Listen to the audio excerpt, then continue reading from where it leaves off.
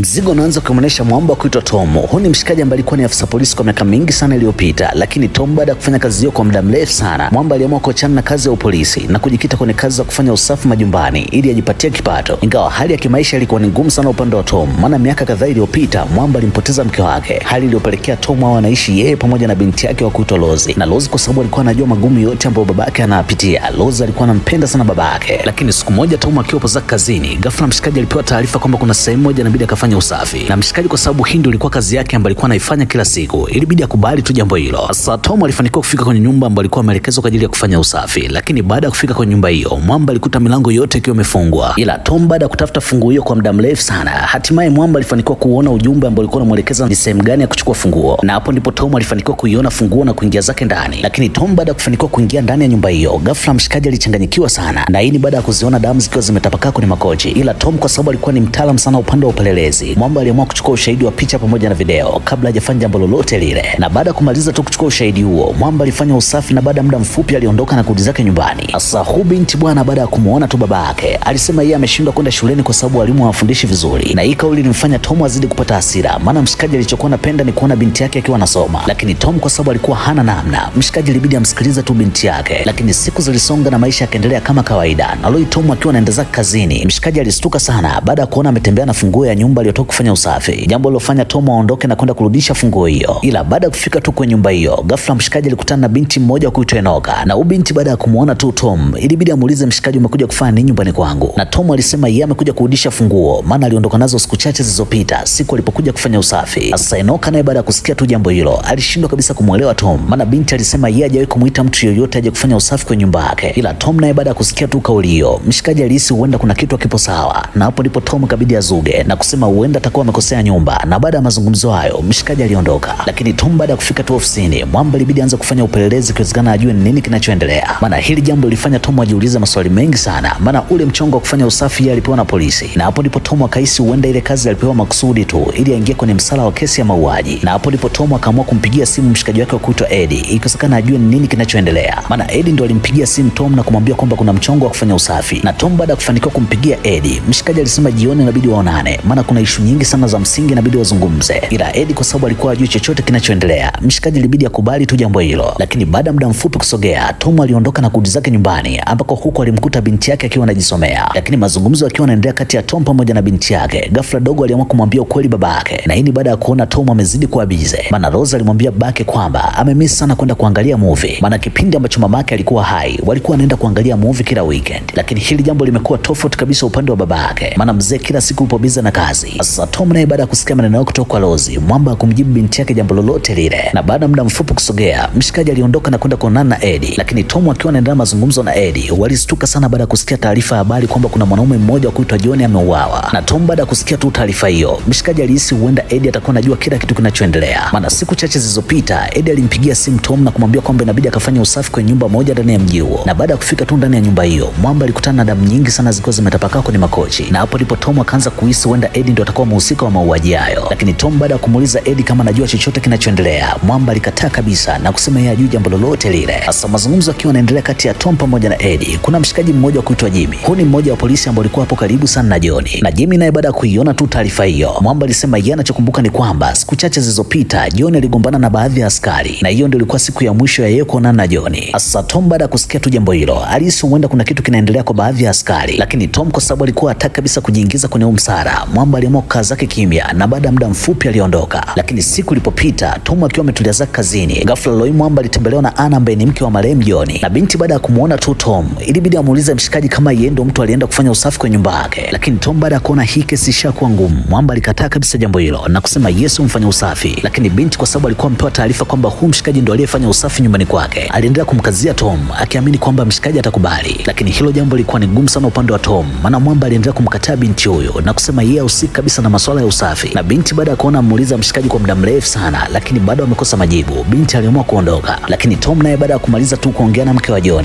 mwamba kesho yake alipata kazi nyingine ya kufanya usafi. Na hii kazi Tom alitafutiwa na Eddie bila kujua kwamba hii kazi ametafutiwa makusudi tu ili Eddie pamoja na baadhi ya askari wajue baadhi ya dawa ambazo Tom anazitumia kufanya usafi. Sasa mshikaji akiwa anaendelea kufanya usafi, ghafla Eddie alimfuata na kumwambia Tom kwamba baadhi ya polisi wanaamini kwamba Tom ndo alihusika kwenye mauaji ya John, maana dawa ambazo Tom anatumia kufanya usafi ndizo zilizotumika kwenye nyumba ya John, na hizi dawa polisi waliziona masaa machache baada ya kifo cha John. Sasa Tom baada ya kusikia jambo hilo kutoka kwa Eddie, mwamba alisi tayari ameshaja kwenye mfumo na hii kesi haiwezi tena kuchomoka. Na hapo ndipo Tom ilibidi aanze kumwambia ukweli Eddie na kusema yeye hahusiki na jambo lolote lile, maana yeye alienda kufanya usafi, ingawa alishuhudia damu nyingi sana ndani humo, lakini alishindwa kabisa kwenda kutoa taarifa polisi, maana alihisi huenda wale watu waliommaliza John watakuja kumwangamiza na yeye. Lakini Eddie baada ya kusikia tu jambo hilo, mwamba alienda kumkazia mshikaji wake na kusema kama kuna chochote ambacho Tom atakuwa anakifahamu kuhusiana na kifo cha John ni bora tu akasema ukweli, maana endapo akiendelea kuwa muongo basi kesi itamuhusu. Sasa Tom baada ya kufikiria jambo hilo kwa muda mrefu sana, mwamba alikaa kimya, maana alikuwa anajua Eddie pamoja na polisi wenzake ndio waliohusika kumuua John. Lakini baada ya mazungumzo yao kuisha, Tom aliondoka na kurudi zake nyumbani. Lakini raundi hii mshikaji baada ya kufika tu maskani alimkuta binti yake akiwa na hasira nyingi sana, na hii ni baada ya kuona baba yake amechelewa kurudi, maana pale pale binti alianza kumfokea baba yake na kusema ni bora mama yangu angekuepo, maana haya mateso sikutegemea kabisa. Sasa hii kauli ilimfanya Tom azidi kupata hasira, maana mwamba naye alikuwa hapendi kabisa kuona mtoto wake akiwa anamlaumu kila wakati. Lakini siku zilisonga na maisha yakaendelea kama kawaida, na leo Tom akiwa anaenda zake kazini, mwamba alistuka sana baada ya kumkuta Tom pamoja na Eddie wakiwa wanamsubiri ofisini kwake. Ila Jimmy baada ya kumuona tu Tom, mwamba alisema wapo hapa kwa sababu anahisi kuna mambo hayapo sawa, maana wanaamini Tom ndio mtu pekee ambaye atakuwa anajua nini kilichomuua John. Na hili baada ya kuzikuta baadhi ya kemiko nyumbani kwa John, maana baada ya kuchunguza dawa hizo kwa muda mrefu sana walihisi kwamba hizi ndio dawa ambazo John wanatumia kufanya usafi. Hivyo wamekuja hapa ili wakague dawa hizo ili wajue kwamba hizi taarifa ni za kweli. Sasa Tom baada ya kusikia tu jambo hilo, mwamba alikubali kwenda kuchukua chemicals ofisini kwake, lakini kabla hajafanya jambo lolote lile, mwamba aliamua kuficha baadhi ya dokumenti zenye ushahidi wa picha ambao alikuwa ameupiga nyumbani kwa John. Lakini siku ilipopita, Tom aliondoka na kwenda uwanjani kumwangalia binti yake, lakini mpira ukiwa unaendelea, ghafla Eddie alitokea. Lakini Tom baada ya kumuona tu Eddie, ilibidi amuulize upelelezi wa kesi ya mauaji ya John umeishia wapi. Lakini Eddie alisema upelelezi bado unaendelea na siku si nyingi wataujua ukweli. Sasa mazungumzo yakiwa yanaendelea kati ya Eddie pamoja na Tom, huku upande wa pili Rose alifanikiwa kufunga goli, lakini Tom kwa sababu alikuwa bize sana, mwamba alishindwa kabisa kuliona goli hilo, na hili jambo lilifanya binti apate hasira nyingi sana, maana aliona babake hamjali hata kidogo. Maana hata baada ya kurudi tu nyumbani, binti alianza kumlaumu sana babake na kusema ni bora hata mama yake angekuepo, maana kila kitu ambacho binti alikuwa anakifanya mzee alikuwa amsupport hata kidogo. Lakini Tom naye baada ya kusikia maneno kutoka kwa binti yake, mwamba laundi ilibidi awe mpole tu na kumwahidi binti yake kwamba yupo tayari kubadilika. Lakini siku zilisonga na maisha yakaendelea kama kawaida, na Lui Tom alikuwa ameenda kuonana na mke wa John ikiwezekana ajue nini kinachoendelea. Lakini jambo la kushangaza ni kwamba binti alianza kumbana Tom na kusema inabidi mshikaji amwambie ukweli kama yeye ndio mtu aliyefanya usafi kwa nyumba yake. Sasa Tom laundi ilibidi akubali tu kusema ukweli na kusema yeye ndio mtu aliyefanya usafi kwa nyumba hiyo. Lakini binti aliendelea kumbana Tom na kusema je, nani ambaye alikutuma uje kufanya usafi kwa nyumba yangu? Lakini hilo jambo lilikuwa ni ngumu sana upande wa Tom, maana mwamba kutaka kumwambia binti jambo lolote lile, ila Tom alisema yeye ajui mtu yoyote aliyemtuma, ila yeye anachokumbuka ni kwamba alipigiwa simu na polisi. Sasa binti baada ya kusikia tu jambo hilo, aliamini kwamba huenda askari ndio watakuwa walihusika na kifo cha mume wake, na hapo ndipo binti alimchukua Tom na kumpeleka ofisini kwake na kuanza kumwonyesha baadhi ya namba za askari polisi waliokuwa wanafanya issue za magendo na mume wake. Na Tom baada ya kuangalia namba hizo kwa muda mrefu sana, mwamba alifanikiwa kuziona baadhi ya namba za marafiki zake akiwemo Eddie, na hapo ndipo Tom alianza kuhisi huenda Eddie ndio atakuwa mtu pekee aliyehusika na mauaji hayo. Lakini jambo la kushangaza ni kwamba Tom baada ya kumfuata Eddie na kumuuliza kama hizi habari ni za kweli, Eddie alikataa kabisa jambo hilo na kusema yeye hahusiki na jambo lolote lile. Sasa Tom akiwa anaendelea kumuuliza Eddie maswali, ghafla pale pale mshikaji alibadilika, maana Eddie alimwambia Tom kwamba yeye anajua kwamba hizi taarifa Tom ameleta makusudi tu ili ajitoe kwenye msala wa mauaji, na hili jambo hatakubali kabisa, maana yeye anachojua ni kwamba Tom ndio mhusika mkuu wa mauaji hayo. Lakini Tom kwa sababu alikuwa anajua kila kitu kinachoendelea, mwamba alikaa kimya na kumjibu Eddie jambo lolote lile. Lakini siku ilipopita, Tom aliondoka na kumfuata mke wa John kwa ajili ya kufanya mazungumzo, ila binti baada ya kuona hii sehemu usalama wake ni mdogo, waliamua kuondoka na kwenda nyumba ya jirani, ambako huko binti aliamua kumsimulia Tom kila kitu ambacho kisha kutokea kwenye maisha yake. Na binti alimwambia Tom kwamba yeye na John wameishi kwa zaidi ya miaka 10, na kwa hiyo miaka yote ambayo binti ameishi na mume wake hakujua kwamba mume wake anafanya dili za magendo. Lakini kuna siku moja alisikia mume wake akiwa anabishana na polisi, na baada ya kusikia tu bishani huo aliamini siku si nyingi mume wake anaweza kupoteza maisha. Sasa Tom naye baada ya kusikia tu jambo hilo, ghafla mwamba alianza connect doti, huku akiwa anaamini huenda polisi ndio watakuwa wahusika wakuu wa mauaji hayo. Lakini Tom naye baada ya kusikia story hiyo kutoka kwa mke wa John, naye aliamua kumsimulia magumu ambayo anapitia kwenye maisha yake, maana mchizi alisema alimpoteza mke wake miaka mingi sana iliyopita, na hili jambo huwa linamuumiza sana, maana Tom alishuhudia mke wake akipigwa risasi mbele ya macho yake, na mtu ambaye alimuua mke wake alikuwa ni mmoja wa askari polisi. Lakini jambo la kushangaza ni kwamba Tom baada ya kwenda kuripoti tukio hilo polisi walikataa kabisa kesi hiyo, na hiyo ndio sababu iliyopelekea mpaka Tom akaachana kabisa na kazi ya upolisi na kujiingiza kwenye kazi za kufanya usafi. Sasa binti naye baada ya kusikia tu jambo hilo, hili jambo lilimuumiza vibaya mno, na baada ya mazungumzo hayo Tom aliamua kuondoka. Sasa Tom akiwa anaendelea safari, mwamba alistuka sana baada ya kuona kuna askari mmoja akiwa anamfuatilia, na hapo ndipo Tom ikabidi apaki gari yake pembeni ikiwezekana ajue nini tatizo. Lakini huyu askari baada ya kumuona tu Tom, ghafla pale pale alimfuata Tom na kuanza kumpa kichapo, na hii baada baada ya kujua kwamba Tom ameanza kujua baadhi ya siri zao. Lakini baada ya muda mfupi kusogea, Tom alifanikiwa kuondoka na kurudi zake nyumbani, ambako huko mshikaji alikutana na binti yake, na binti baada ya kuona babake sura yake imevimba ilibidi amuulize ni nini kinachoendelea. Lakini mshikaji hakutaka kumwambia binti yake jambo lolote lile, lakini hili jambo lilifanya binti azidi kupata hasira, maana kila kitu ambacho alikuwa anamuuliza babake alikuwa hataki kabisa kumwambia ukweli. Maana hata binti alipomuuliza ni nini kilichomuua mamake, Tom alikaa kimya na kusema hajui jambo lolote lile, na hapo ndipo binti alipoanza kumchukia babake. Lakini siku zilisonga na maisha yakaendelea kama kawaida, na Loi, Tom pamoja na mke wa John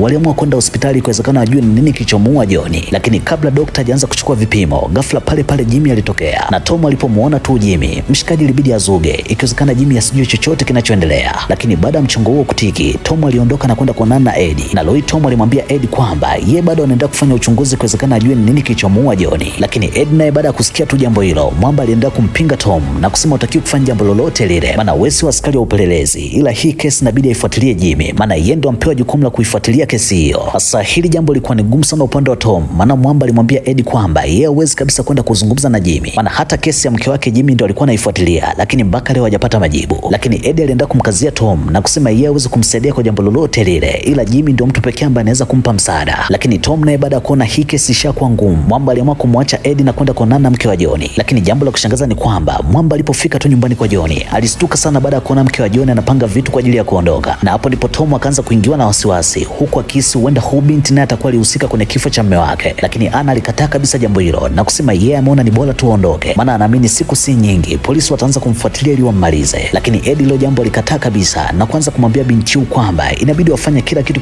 kinachowezekana ili mwisho wa siku ukweli ujulikane. Sasa mazungumzo yakiwa yanaendelea kati ya Eddie pamoja na mke wa John, ghafla pale pale binti alimgeuka mshikaji na kusema bado na wasiwasi mwingi sana na Tom, maana huyu ndio mshikaji ambaye alikuja kufanya usafi kwenye nyumba yake. Lakini kama Tom atakubali kwenda kupeleka ushahidi polisi, basi hii ndio itakuwa njia pekee ya yeye kujua ukweli. Lakini hilo jambo lilikuwa ni ngumu sana upande wa Tom, maana mwamba alikataa kabisa jambo hilo, maana baada ya muda mfupi kusogea, Tom aliondoka na kwenda kumchukua binti yake ikiwezekana waondoke. Lakini hili jambo lilikuwa ni ngumu sana upande wa Tom, maana kabla mshikaji hajafanya maamuzi ya kuondoka, ghafla alipigiwa simu na Jimmy na kuambiwa utakiwi kwenda sehemu yoyote ile. Na Tom kwa sababu alikuwa hana namna, mshikaji ilibidi akubali kumsikiza Jimmy na kurudi zake nyumbani. Lakini Tom baada ya kufika tu nyumbani, ghafla pale pale hali ilibadilika, na hii baada ya kumkuta Eddie nyumbani kwake. Na Loi Eddie alimwambia Tom kwamba amekuja hapa kwa ajili ya jambo moja tu, ili ajue ukweli kwa nini Tom alimuua John. Sasa hili jambo limfanya Tom ajiulize maswali mengi sana, baada ya kutegemea kabisa kama kuna siku moja Eddie atakuja kumsingizia kesi ya mauaji. Lakini Tom baada ya kusikia tu maneno hayo, mwamba aliendelea kumkataa Eddie na kusema hajui jambo lolote lile. Lakini Eddie naye baada ya kuona ni kama mshikaji amezidi kuwa mbishi, aliamua kumuonyesha bastola na kusema yupo tayari kummaliza endapo Tom akishindwa kumwambia ukweli. Lakini mazungumzo kati ya Eddie pamoja na Tom akiwa yanaendelea, Rose alikuwa anasikiliza kila kitu, na hapo ndipo binti akajitosa na kwenda kumsaidia babake. Maana kabla Eddie hajafanya maamuzi ya kummaliza Tom, ghafla pale pale Rose alitokea na kummaliza Eddie, na hapo ndipo binti akawa mfanikiwa kuokoa uhai wa babake. Sasa polisi nao baada ya kusikia kwamba huku upande wa pili kimenuka, walikuja kwa ajili ya kutoa msaada, na hapo ndipo Tom alipata chance ya kwenda kuonana na Jimmy na kwenda kumkabidhi ushahidi wa kesi ya mauaji ya John